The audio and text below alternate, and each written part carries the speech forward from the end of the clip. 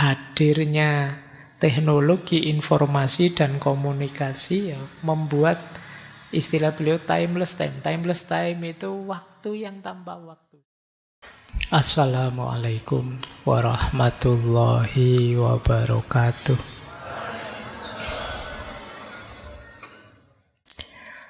Baik, kita mulai sekarang materi utama kita. Network society. Network society itu ya masyarakat jaringan. Masyarakat jaringan itu pertemuan antara jaringan sosial dan informasionalisme. Informasionalisme itu tatanan sosial ekonomi yang berubah, yang muncul karena perkembangan teknologi informasi dan komunikasi. Jadi bagaimana hidup kita ini berubah. Ada yang bilang, nanti di minggu terakhir kita ketemu Ziauddin Sartre, beliau bilang ini era tidak lagi era tidak normal, tapi ya era post normal. Jadi kita sedang ada di era post normal. Jadi misalnya normalnya di sini, sekarang kita bablas sampai sana. Sudah tidak normal lagi sebenarnya. Kemarin kita bilang kan normal baru. Normal baru itu sebenarnya kalau pakai normal lama itu tidak normal. Jadi itu kan kayak bilang sebenarnya kamu sakit sih, tidak sehat, tapi biar masih tetap sehat. Ini sebenarnya sehat kok Pak, cuma dalam versi yang berbeda. Nah itu kan normal baru kan begitu, sebenarnya tidak normal sih, tapi biar tetap normal terus disebut normal baru. Baik, nah ini yang disebut network society, jadi masyarakat jaringan, gabungan antara informasionalisme dan jaringan sosial.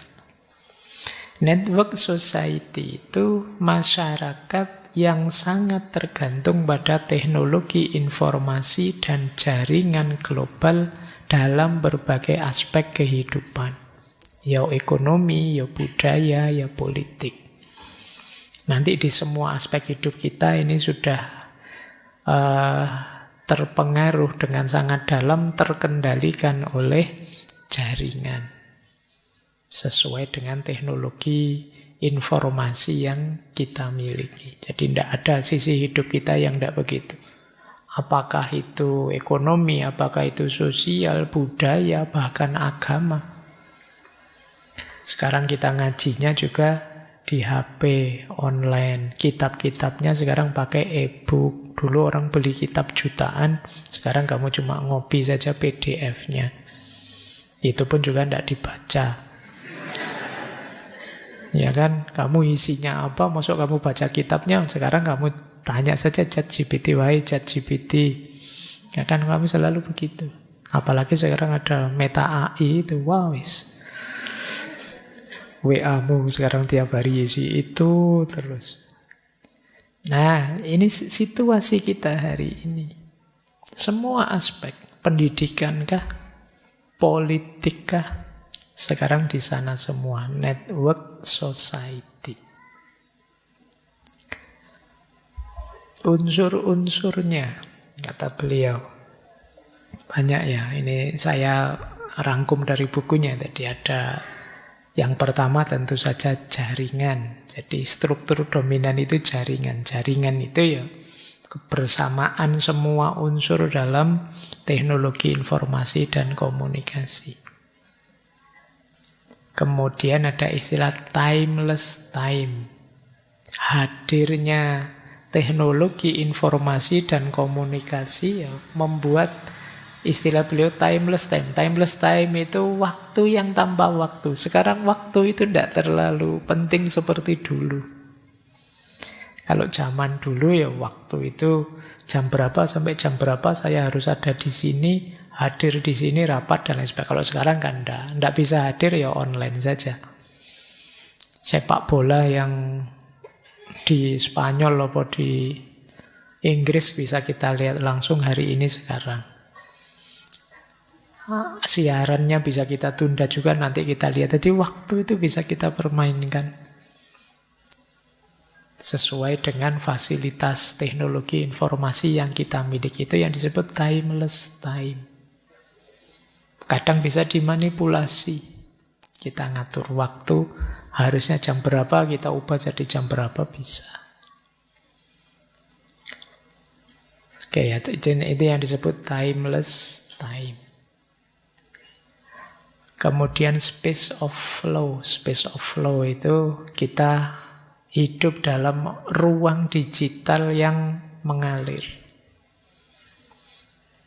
Jadi aliran informasi di media sosial, aliran berita melalui gadget kita, aliran segala macam aliran ada, itu namanya space of flow, yang tidak sama dengan kehidupan konkret kita sehari-hari.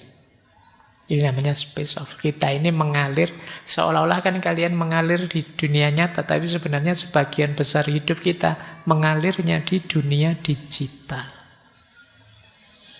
Ini istilahnya space of flow.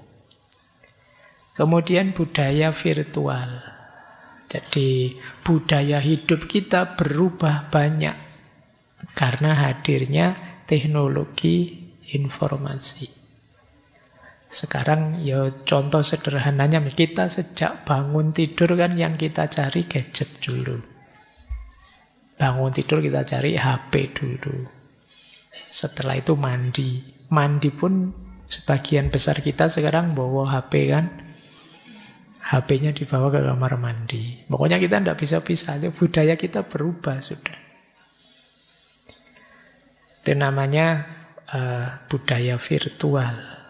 Real virtual culture, kata beliau. Kemudian ekonomi informasi. Ekonomi informasi itu sistem ekonomi yang fokus utama, variabel utamanya itu informasi.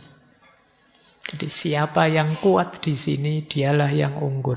Siapa yang lemah di aspek informasi ini, dia yang akan kalah dalam dunia ekonomi. Nanti ada penjelasannya. Kemudian desentralisasi.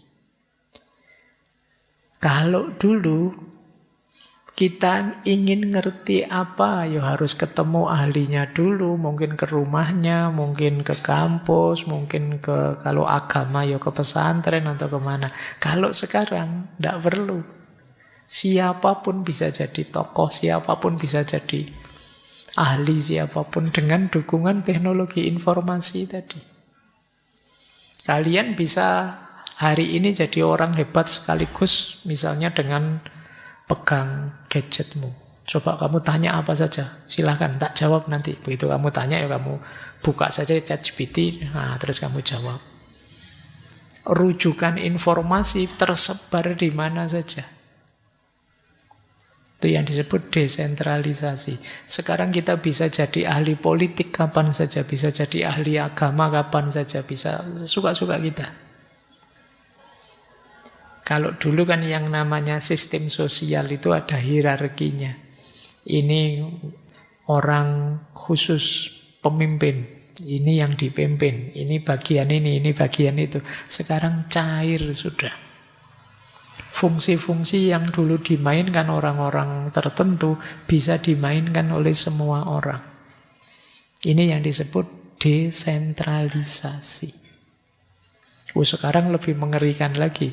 Kalian mungkin bisa bikin duplikatnya ngaji filsafat. Suara saya bisa kamu duplikasi, isinya bisa diatur, gambarnya bahkan profilnya bisa dibikin mirip saya. Jadi seolah-olah saya ngomong padahal tidak. Kalian juga bikin versimu juga bisa. Yang tadi materi saya sampaikan, kamu ganti dengan kamu yang menyampaikan. Suaraku ganti dengan suaramu, wajahnya ganti dengan wajahmu, dan jadilah kamu bisa ngaji filsafat. Sekarang lebih canggih lagi teknologinya. Atau jangan-jangan manusia sudah tidak dibutuhkan lagi. Itu yang terjadi dengan desentralisasi. Kan beberapa TV sudah ada itu kan penyiar yang AI saja. Tidak pakai manusia penyiarnya. Yang baca berita AI. Tidak mungkin salah mocone wong mesin. Nah, ini fenomena yang kita hadapi hari ini. Dan tentu saja globalisasi. Globalisasi itu yang terjadi di belahan bumi manapun itu bisa tampak di depan kita, mempengaruhi kita. Dalam hal apa saja. Kemarin bahkan ada isu Mekah atau Ka'bah yang virtual. Jadi hajinya besok virtual saja, kamu tidak perlu capek-capek ke sana. Jadi kamu tinggal pakai kacamata virtual itu, terus kamu lihat sini, terus kamu ikut tawaf gitu, gambarnya kayak tawaf di sebelahnya Ka'bah beneran. Ini bisa sampai ke sana idenya. Daripada bayar mahal-mahal kan repot. Nah, ini situasi hari ini. Kemudian tentu saja perubahan identitas dan perubahan komunitas, kamu berubah itu pasti. Dan tidak hanya berubah sekali berubah. Sebenarnya makna pasnya kamu berubah-ubah. Kita itu dalam diri kita, identitas kita itu tidak karu-karuan sudah. Itu yang membuat sekarang banyak orang krisis identitas. Kamu sering overthinking, kamu sering kelelahan. Kamu bingung mengidentifikasi dirimu sendiri. Pak, ya kalau pas dengar pengajian, YouTube-nya pas Ustadz siapa, itu ya saya dingin, Pak. Rasanya kayak tobat, itu ingin menuju Allah saja. Tapi begitu baca berita politik, aduh Pak, aku rasanya panas saya, Pak. Begitu baca berita sepak bola, aduh Pak, gitu. Saya yang asli itu yang mana ya Pak, kok berubah-ubah ya Pak. Jadi, dan kamu berubah terus-menerus. Dan ini ya tentu saja pengaruh gadget. Karena kita terus ada dalam jaringan. Belum lagi yang terakhir. Ini kalau untuk kalian kan terus kalian jadi rasanya kayak blank gitu ya. Transformasi kerja, lapangan pekerjaan itu. Tambah lama tambah tidak butuh manusia.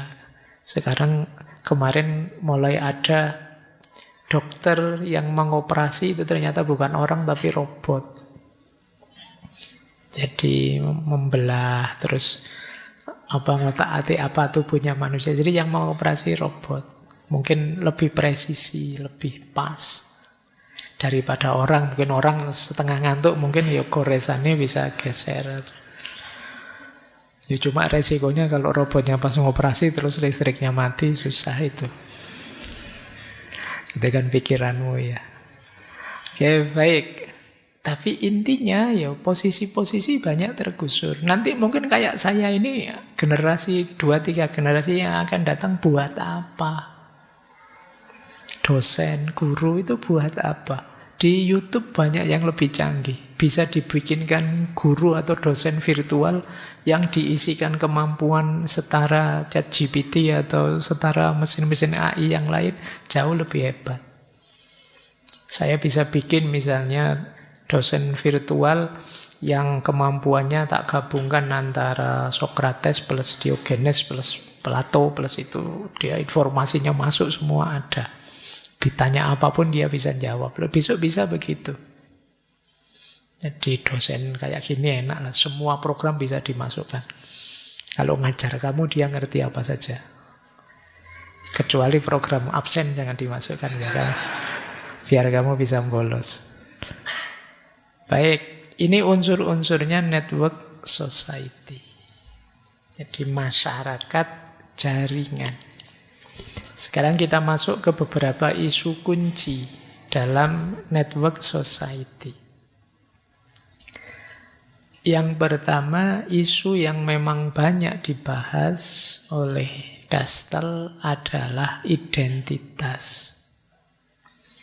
Jadi identitas kita dalam jaringan ini tidak lagi sepenuhnya seperti dulu. Dibentuk oleh keluarga atau agama atau masyarakat kita. Tapi sudah terkontaminasi peran dari teknologi. Identitas kita itu ya sekarang dipengaruhi medsos, platform digital. Kemudian sifatnya anonim. Anonim itu kita bisa pakai identitas siapa saja. Kita bisa jadi, bahkan kalian yang cowok kan bisa juga bikin identitas cewek. Fotonya cantik. Terus teman-temanmu nge-like semua. Begitu tahu ternyata kamu misuh semua. Kenapa? Anonimitas. Kamu bisa main apa saja. Makanya dulu kita pernah belajar Donna Haraway yang bilang bahwa kita ini kayak cyborg. Manusia, setengah mesin. Tapi menurut beliau ini menguntungkan. Khususnya bagi aktivis feminisme. Di ruang digital itulah perempuan bisa bebas. Ingin apa, mengkonstitusi dan mengekspresikan dirinya. Nah ini ciri selanjutnya. Jadi identitas ternyata anonim. Maka kita bisa eksplor seluas mungkin suka-suka kita. Tapi kebalikannya kata Castle, algoritmanya Google media sosial dengan filter bubble-nya itu kadang-kadang yang terjadi malah kebalikannya. Kita jadi tambah sempit. Padahal kita bisa eksplor seluas-luasnya, kita jadi tambah sempit. Terjadi fragmentasi identitas. Contohnya begini. Kita misalnya mengidentifikasi diri kita sebagai aliran tertentu atau kelompok tertentu atau lembaga tertentu. Identitas ini kan nanti akan dikuatkan terus oleh filter bubble. Jadi kamu tambah yakin dengan aliranmu, kelompokmu. Dan kamu anggap yang lain-lain keliru semua. Misalnya kalian identifikasi, Pak, pokoknya saya apapun yang terjadi, saya adalah jamaahnya ngaji filsafat, Pak. Gitu kan. Jadi kamu kalau googling yang kamu cari ngaji filsafat, atau sesi berapa dari ngaji filsafat. Akhirnya apa? Dengan algoritma filter bubble. Dari filter bubble itu ya, kalau kamu sering ngeklik apa, akan diberi itu terus oleh Google. Jadi makanya jangan kaget. Pak, HP saya lupa kok gambarnya saru-saru terus ya Pak. Ya mesti kamu ngekliknya itu. Terus ditawari itu terus akhirnya. Itu filter bubble namanya. Loh kalau kalian mengidentifikasi dirimu dengan satu kelompok, satu aliran, ya akan ditawari cara berpikir yang sama oleh Google. Dan kamu tambah merasa benar. Akhirnya apa? Tambah terfragmentasi. Kita tidak tambah terbuka, tambah harmonis, tapi kita tambah tersekat-sekat. Itu identitas dalam network society. Jangan dikira kamu bebas bikin identitas terus kamu jadi longgar terbuka. Enggak. Kita kadang-kadang malah tambah sempit. Karena oleh Google ditawari terus, diberi terus yang sesuai dengan cara pikir kita. Nah ini ya, saatnya kita mulai hati-hati introspeksi. Jangan-jangan kita selama ini terlalu mengkubu, terlalu memihak. Wong hari ini itu setiap ada isu baru muncul, terus kita menegaskan posisi kita di mana, ya saat itu juga muncul fragmentasi baru. Jadi misalnya kemarin ada kasus sepak bola itu, ada yang pro, ada yang kontra, kita pecah dua sudah. Bahkan dari kasus sepak bola itu nanti urusan pemecatan dengan pengangkatan beda lagi. Kita pecah lagi di urusan yang pengangkatan, di urusan ini. Jadi setiap ada isu kita pecah terus. Fragmentasi tambah kuat.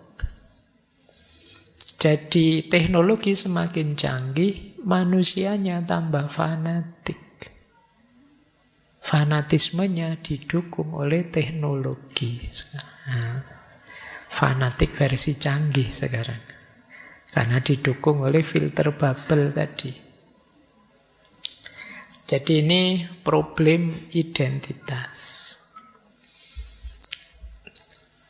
Makanya kata Castle 3 unsur identitas dalam network society. Yang pertama, dalam network society, identitas itu cair dan multidimensi. Wajah kita banyak dalam jaringan. Kalau dalam dunia konkret gini kan mungkin orang itu bisa maksimal wajahnya dua. Yang ditampakkan apa, yang disimpan dalam batinnya apa. Tapi di dunia digital ada banyak wajah yang bisa dia tampilkan. Kemudian dialektika antara yang global dan yang lokal. Siapa kita? Ya dipengaruhi oleh diri kita sebelumnya, unsur lokal plus unsur global. Karena kita juga berinteraksi secara luas dengan dunia. Kemudian yang ketiga tadi ya, terfragmentasi. Kita banyak yang justru tambah terpisah-pisah. Tambah banyak potensi konflik. Sekedar ngaji filsafat gini, itu mungkin ya ada yang pendapatnya beda-beda. Pak Mbok ngaji itu, Pak Faiz diperlihatkan terus wajahnya yang di YouTube. Jangan cuma yang satu bilang, enggak Pak, lebih enak slide saja, enggak harus ada Pak Faiznya. Itu kan sudah saling ngeyel. Itu sudah pecah. Nanti kubu yang satu ini mungkin bisa pecah jadi dua. Misalnya yang diperlihatkan Pak Faiz, iya Pak diperlihatkan Pak Faiz, tapi selang-seling dengan slide-nya ya Pak. Enggak selang-seling juga enggak apa-apa kok Pak, yang penting ya, beda-beda. Itu pun terus pecah lagi. Itu dalam ranah skala kecil, apalagi ranah besar. Maka jangan kaget rasanya hari ini tambah lama kok tambah sumuk ya, tambah panas ya. Kalau baca masuk ke dunia digital itu rasanya panas terus. Mudah konflik, mudah terpicu. Kenapa tadi? Fragmentasinya mudah terjadi. Kalau dulu ada perbedaan-perbedaan seperti itu, kita tidak tahu. Pasti ada sih perbedaan, cuma kan kita tidak tahu. Sekarang terbuka semua. Semakin tegas bahwa ternyata yang dianggap benar oleh orang-orang itu tidak sama kayak saya. Dan itu pun ragamnya tidak sekedar hitam putih, macam-macam. Baik, jadi ini karakter identitas. Makanya kemudian muncul dampak tiga ini. Bisa saja cara kita mengelola identitas melahirkan solidaritas yang harmonis kalau kita mengelolanya bagus. Jadi ternyata kita punya pandangan yang sama, ternyata kita berangkat dari daerah yang sama, dari ideologi yang sama, dari sama-sama manusianya. Kayak gini mungkin bisa menumbuhkan solidaritas. Tapi bisa juga melahirkan polarisasi dan konflik. Kayak tadi ya, tabrakan-tabrakan pandangan. Atau krisis identitas. Kalau krisis identitas ini terus kita bingung. Siapa saya? Kamu tidak bisa jawab. Saya berubah terus, Pak. Jadi kita kesulitan menegaskan siapa diri kita. Jadi satu di antara tiga. Sekarang teman-teman boleh introspeksi ya. Selama ini ketika menggunakan jaringan, menggunakan media sosial dengan beragam isunya, apa membuat kita dan circle kita tambah kompak? Atau justru lebih mudah terpolarisasi, mudah konflik, atau jangan-jangan kita mengalami krisis identitas. Jadi kita bingung kalau ditanya siapa kamu. Kita tidak bisa menjelaskan siapa diri kita. Baik, ini mulai hati-hati ya, karena kalau manusia sudah tidak mampu membaca dirinya, menegaskan siapa dirinya, ya dia tidak akan bisa lanjut melakukan ini, itu, berkarya ini, itu, karena basis yang paling dasar siapa akunya tidak jelas. Jadi kalian misalnya malam hari ini hadir, terus duduk di sana. Kalau kalian tegas, jelas posisimu kan enak. Kamu nyaman, ya Pak, saya malam hari ini hadir sebagai peserta ngaji Pak. Jadi saya dengarkan Pak Faiz menjelaskan, itu kan jelas. Tapi begitu kamu masuk sini, saya tadi ke sini ngapain sih? Saya itu posisinya apa di masjid ini? Saya sebagai apa sekarang? Loh, kamu tidak akan bisa ngapa-ngapain sudah. Tidak akan bisa produktif. Jadi kalau kalian masih krisis identitas, masih bingung tentang siapa dirimu, ya jangan berharap kamu bisa jadi orang yang produktif, punya karya banyak, bermakna, berguna hidupmu. Wong kamu sendiri tidak jelas siapa dirimu. Kalau jelas bahwa kamu petani, kan kamu terus bertani, kemudian berkontribusi bidang pertanian. Kalau jelas kamu pedagang, ya berdagang, kemudian berkontribusi bidang perdagangan. Tapi kamu sekarang serba bingung. Padahal orang sudah bilang, kamu kan mahasiswa Mas. Tidak tahu saya Pak, saya itu merasa masa kayak gini mahasiswa itu. Apa bener saja, kan ada beberapa yang curhat ke saya begitu. Sebagai mahasiswa pun dia tidak yakin bahwa saya itu sudah pas mahasiswa yang begini ini. Nah, itu namanya krisis identitas. Saatnya kalian ya memformulasikan dirimu dengan tepat. Karena kalau tidak begitu kalian tidak bisa berkarya. Yuk, jadi ini problem identitas yang pertama. Salah satu isu penting dalam network society. Yang kedua, problem globalisasi. Jadi hubungan yang lintas batas. Ini juga perlu diperhatikan. Baik itu bidang ekonomi, bidang sosial, budaya, politik. Sekarang karena adanya jaringan, adanya fasilitas teknologi, informasi, komunikasi, ini sudah semuanya hampir lintas batas.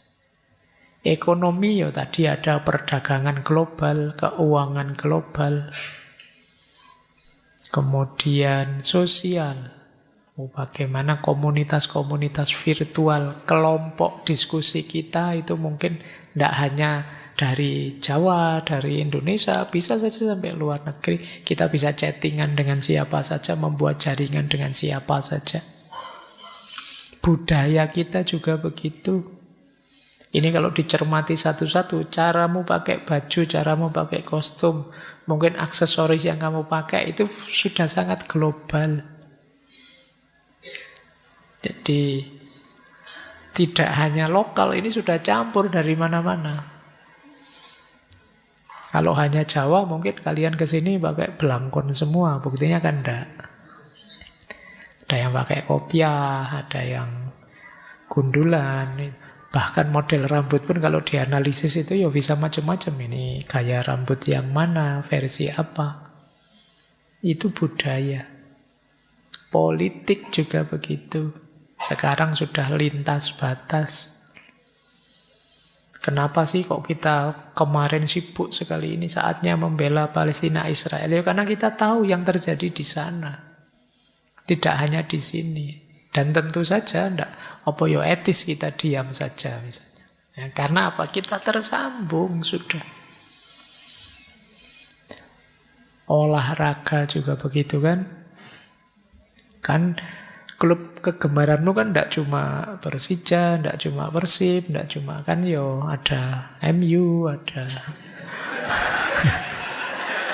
yo. Baik. Kok ketawamu menyedihkan gitu. Oke ya, jadi kita sudah mengglobal, sudah di banyak aspek. Jadi ini fakta ya, seperti identitas tadi jadi fakta, fenomena lintas batas juga fakta. Mau tidak mau kita terkoneksi secara global.